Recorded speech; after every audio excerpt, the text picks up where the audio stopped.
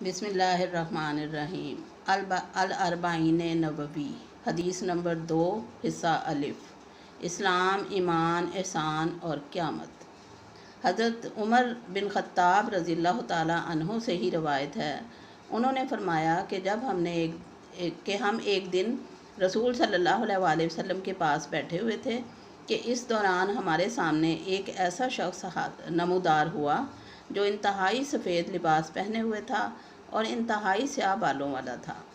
اور اس پر سفر کا کوئی نشان نظر نہیں آتا تھا اور نہ ہی ہم میں سے کوئی اسے پہچانتا تھا، یہاں تک کہ وہ نبی صلی اللہ علیہ وسلم کے پاس بیٹھ گیا۔ اس نے اپنے گھٹنے آپ صلی اللہ علیہ وسلم کے گھٹنوں کے ساتھ ملا دیے اور اپنی دونوں ہتھیلیوں کو آپ صلی اللہ علیہ وسلم کی رانوں پر رکھ دیا اور کہا، اے محمد صلی اللہ علیہ وسلم،